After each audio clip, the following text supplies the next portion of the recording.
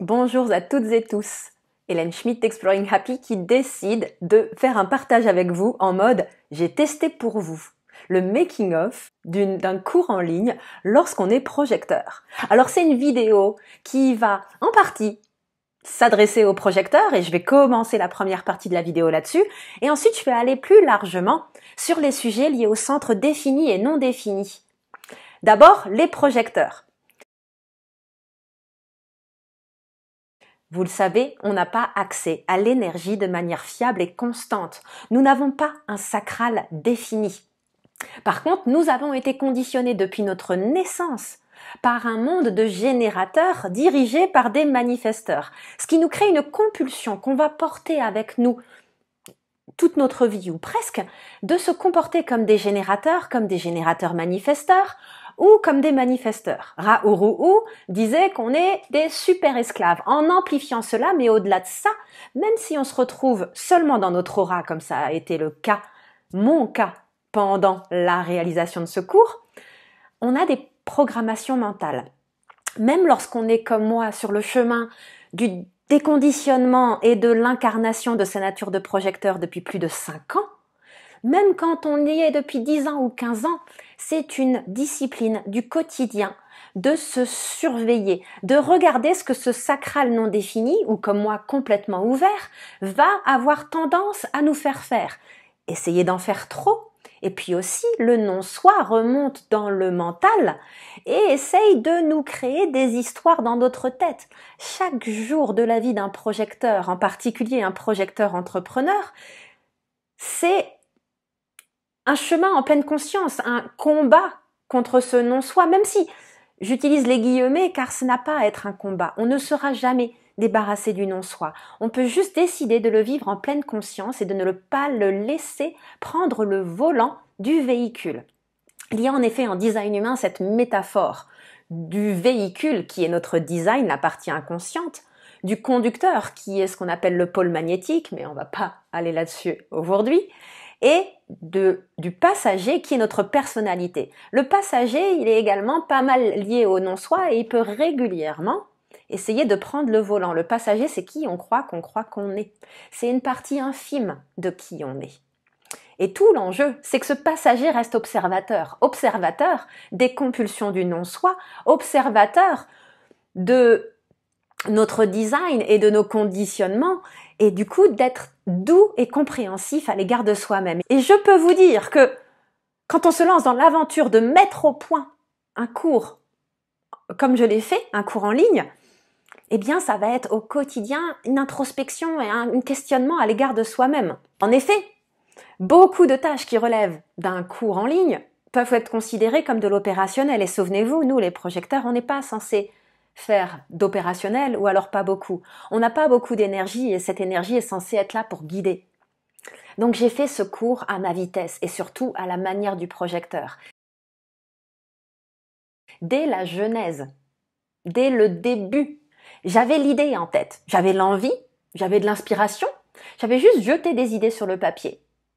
Mais je me suis dit, je ne bouge pas tant que je ne suis pas reconnue et invitée. Là, je peux vous dire que c'est un acte de foi. Quand on sait pertinemment que c'est cohérent, qu'il y a un véritable manque sur le paysage, on va dire francophone du design humain, des contenus disponibles en ligne, entre le stade méga débutant qui va aller choper des infos à droite à gauche sur YouTube, sur Google, et le stade où on passe à un cours tel que vivre son design. Certes, on peut avoir une analyse par un analyste, mais en dehors de ça, il me semblait qu'il manquait de contenu.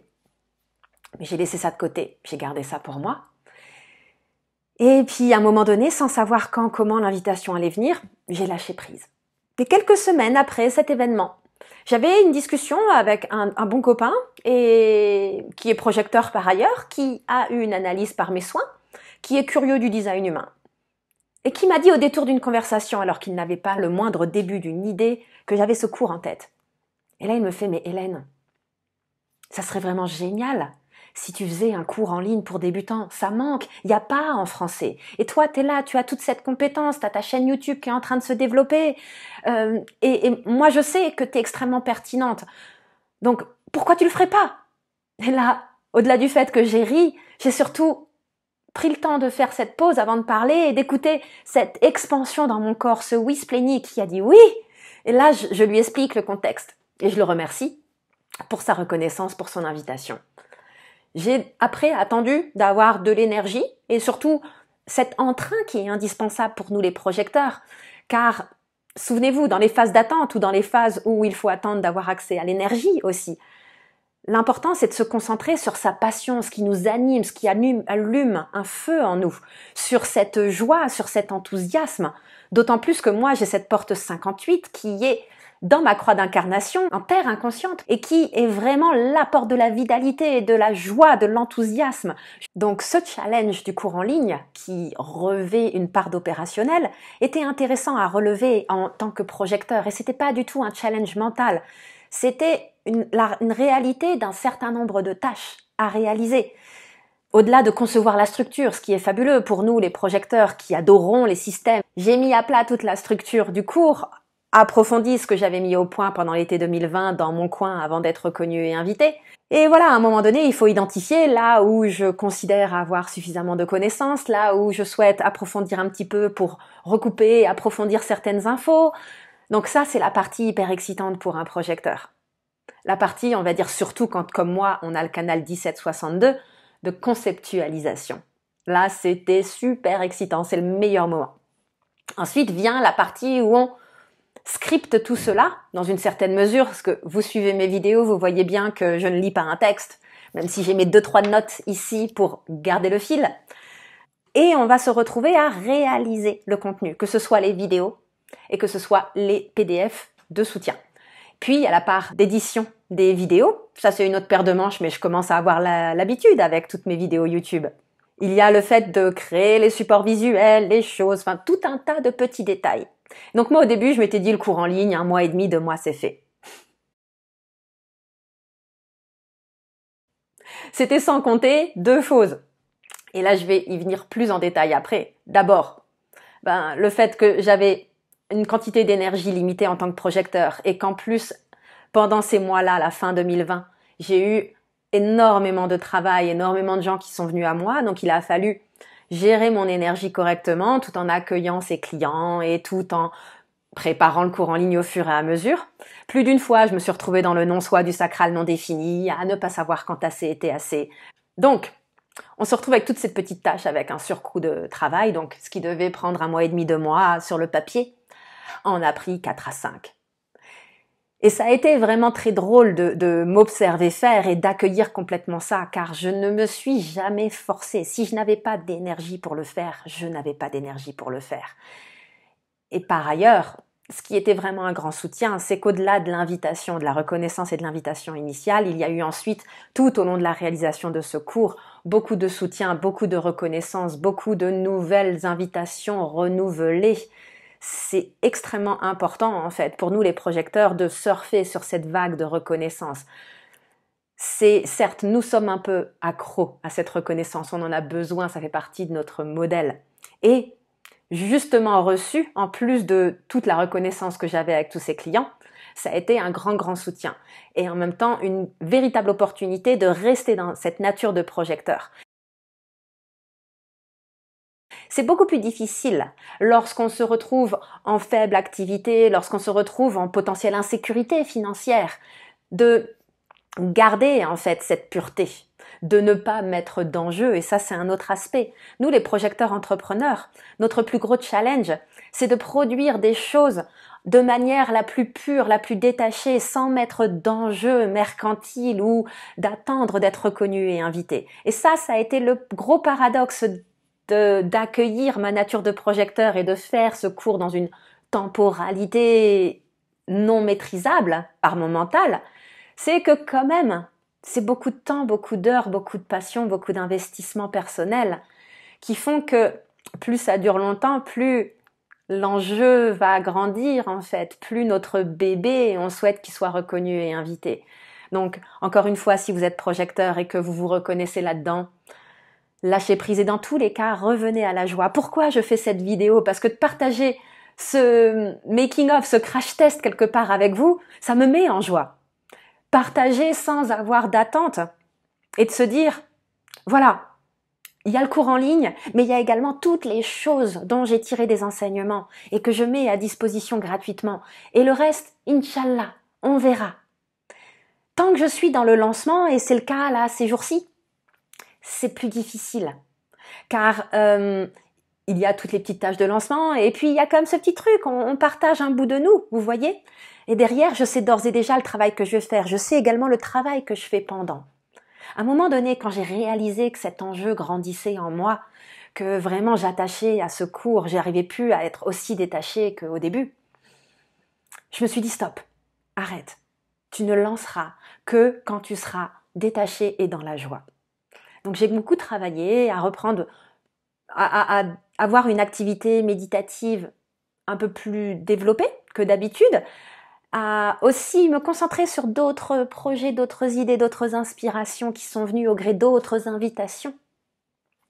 Et de finalement me détacher de tout cela tout en continuant à faire des petites touches. Il y a des fois où je suis pas du tout dans l'énergie de lancer quoi que ce soit ou de faire de l'opérationnel. Et là, je vais aller dans des tâches créatives. L'important, c'est, et je le répète une troisième fois, suivez votre joie, suivez votre passion. Et autant que vous le pouvez, enlevez ce discours intérieur de « il faut, je dois ».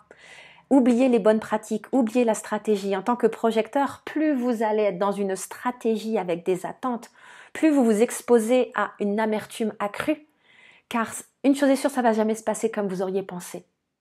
Et que si vous arrivez à être dans cette pureté de partage et dans ce détachement, observez ce qui se passe, vous pourriez être très surpris. C'est vraiment quelque chose que je vis en conscience depuis le début d'Exploring Happy et que j'ai expérimenté avec ma ligne 3 à tort et à travers. J'ai tapé des murs, j'ai fait des choses en conscience, d'autres moins en conscience. Mais une chose est sûre, plus le temps passe, plus les attentes augmentent et plus en fait on peut risquer de s'attacher à une issue donnée. Donc là, on lance et ensuite on passe à autre chose et on verra bien. Deux autres petits éléments du projecteur qui n'a pas accès de manière fiable et constante à l'énergie et ne sait pas à l'avance ce que son envie va lui dicter de faire. C'est la to-do list flottante. Moi, j'aime bien les listes. Mais en fait, j'ai un rapport très détaché à mes listes. J'en étris des tâches, j'en oublie, j'en perds. Mais ce qui me plaît, en fait, c'est de piocher bien ce que j'ai envie de faire dans ma liste au moment où j'ai envie de le faire. Même si ça fait pas sens, même si il aurait fallu faire cela et cela, parce que si je priorise avec mon mental, bien entendu que ceci est plus important que cela. Mais il est aussi possible que ceci aspire la vie en dehors de moi, parce que je me transformerai en générateur qui, en plus, fait des choses qu'il n'a pas forcément envie de faire sur le moment. Donc, je ne me rendrai pas du tout service en faisant ce genre de choses. La gestion d'énergie, j'ai une playlist dédiée à ça sur ma chaîne YouTube, c'est quelque chose auquel je crois profondément et qui était dans on va dire dans la version 0 d'Exploring Happy. Ça reste une philosophie extrêmement importante, gérer son énergie, pas son temps. Et c'est parfaitement applicable non seulement aux projecteurs, mais aux générateurs et aux autres types aussi de manière plus générale. Un dernier point sur l'aspect projecteur qui fait un cours en ligne, c'est que nous les projecteurs, on adore les détails. Si vous n'avez pas encore regardé ma précédente vidéo sur la danse projecteur-générateur en termes de communication, il faut que nous soyons conscients que tout ce qui est important pour nous à dire va représenter potentiellement beaucoup trop d'informations pour la personne qui le reçoit. Donc, tout a été un enjeu de me souvenir que je faisais un cours pour débutants, tout en honorant mon besoin de détails qui est afférent à ma nature et du coup de saucissonner en plusieurs vidéos, des fois de pas dire certaines choses ou juste de les mentionner et de faire de mon mieux pour trouver cet équilibre-là. Si vous êtes projecteur de la même manière, n'oubliez jamais que vous pouvez diviser par deux tout ce que vous avez envie de dire. Potentiellement, mes vidéos auraient pu durer 2 fois plus longtemps chacune. Alors sur certaines, je me suis lâchée et sur d'autres, sachant quelle était la délicatesse des sujets, j'ai retenu les choses. À présent, parlons de la danse des centres non définis, du non-soi et du mental. Là, on est sur la partie pour tout le monde. Cette danse, elle est également une discipline quotidienne d'observation. Au-delà du rapport à mon sacral qui est relatif à ma nature de projecteur, mais qui peut être également retrouvé chez les manifesteurs et les réflecteurs, il y a d'autres centres qui sont venus, qu'ils soient définis ou non, se mêler un peu du truc. Certains que j'ai appris à observer avec beaucoup d'humour, et d'autres que j'ai pas vu toujours à l'œuvre ou pas sur le coup, ou qui sont plus durs à gérer. Le plus évident, c'est l'ego non défini. Je vous ai fait une vidéo sur ce sujet il y a quelques semaines. Donc, partage d'expérimentation sur l'ego non défini. Je me suis observée avec beaucoup d'amusement vous faire des promesses de deadline en disant le cours sort là, d'éditer les textes de description de mes vidéos YouTube qui vous proposaient de vous inscrire sur la mailing list d'attente. Si vous cumulez cet ego non défini et du coup le fait que je n'ai pas accès à la volonté de manière fiable et constante à un sacral complètement ouvert, effectivement, je suis tombée dans le syndrome de la tortue. Les choses prennent du temps parce que même si à un moment donné j'ai l'énergie, j'aurais pas forcément envie.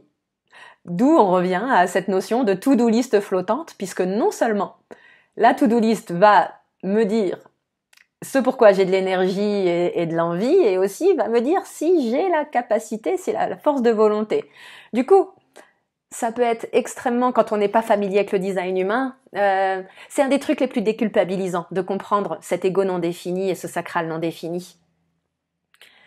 Parce que c'est comme ça. Point. Vous n'arriverez jamais à être dans l'ego défini, vous n'arriverez jamais à être un générateur. Et si vous essayez très fort, vous êtes sur l'autoroute du burn-out. Surtout si, autre centre qui a joué la lambada avec les autres, vous avez la racine définie comme moi. Centre de pression, l'adrénaline, le stress, le cortisol, tout se situe là. Et cette racine définie, c'est génial parce que sans son expression haute, on peut vraiment bien accueillir la pression, on sait la gérer, on sait la vivre, on l'a en nous. Mais dans son expression basse, cette pression se retourne contre nous-mêmes.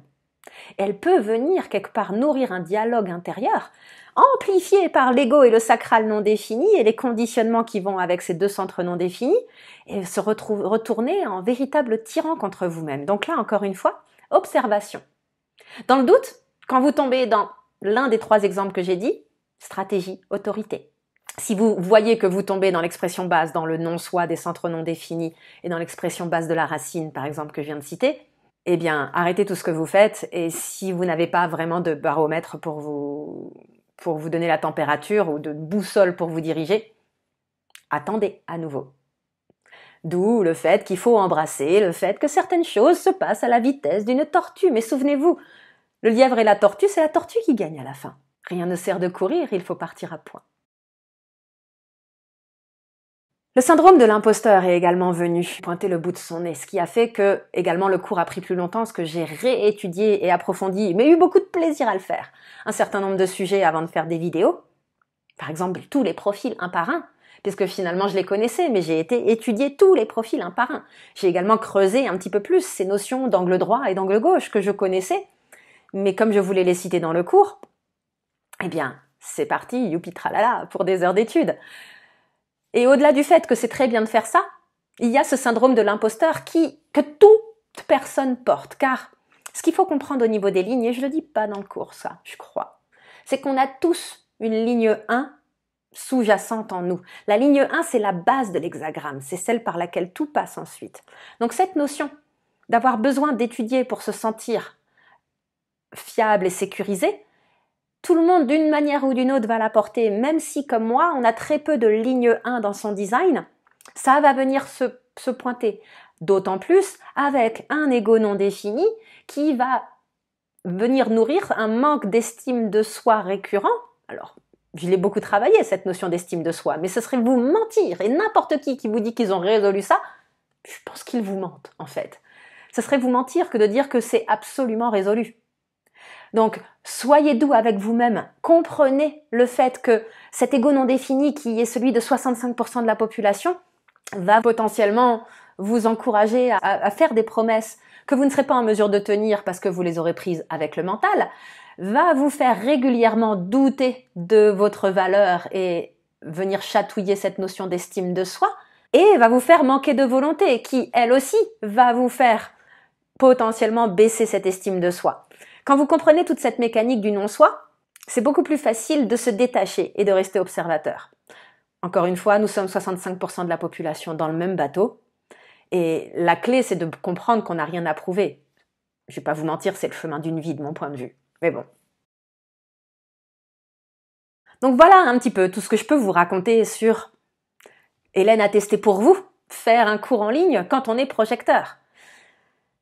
De manière ultime, ce cours va me permettre de soutenir mon travail de guide. Et oui, pour le faire, j'ai dû aller en conscience dans un comportement qui normalement est celui d'un générateur, c'est-à-dire dans la production, dans l'opérationnel. Donc je l'ai fait au maximum en honorant ma nature de projecteur. Je l'ai fait en suivant la reconnaissance et les invitations. Je l'ai fait en observant les différents aspects de mon design. Je l'ai fait en m'appuyant sur mes canaux et mes centres définis et en partageant cette sagesse issue de mes centres non définis et à la manière avec le costume d'un profil 3-5. Donc beaucoup de partage d'expérience en plus de transmission d'enseignements théoriques. J'espère de tout cœur que ce cours va vous plaire. J'y ai mis moi, j'y ai mis ma joie, j'y ai mis ma vitalité, j'y ai mis ma capacité à mettre les choses en mots. En préparant ce cours, d'autres invitations sont venues et j'ai d'ores et déjà, comme je vous l'ai dit juste avant, des projets vraiment excitants. Un programme de groupe qui va bientôt naître. En quoi également il va consister? A priori, il va être pour projecteurs. Je commence à recevoir de plus en plus de reconnaissance et d'invitations sur ce sujet. Mais ici encore, je vais laisser le flot de la vie venir à moi. Après plusieurs mois très occupés, j'ai devant moi le cadeau d'avoir un mois de février très légèrement chargé. Ça génère en moi une joie innommable. Je vais pouvoir vraiment m'offrir le luxe de reconnecter pleinement à ma nature de projecteur. En tout cas, j'espère que cette vidéo vous aura apporté autant de valeur qu'elle en a l'objectif. Et je vous souhaite un très joli chemin. Si vous voulez en savoir plus sur le cours, le lien vous attend dans la boîte de description, ainsi que le lien vers mon site internet. Si vous êtes curieux et que vous voulez savoir un petit peu plus sur le travail que je fais en utilisant le design humain comme outil privilégié au service d'une démarche bien plus large. Portez-vous bien!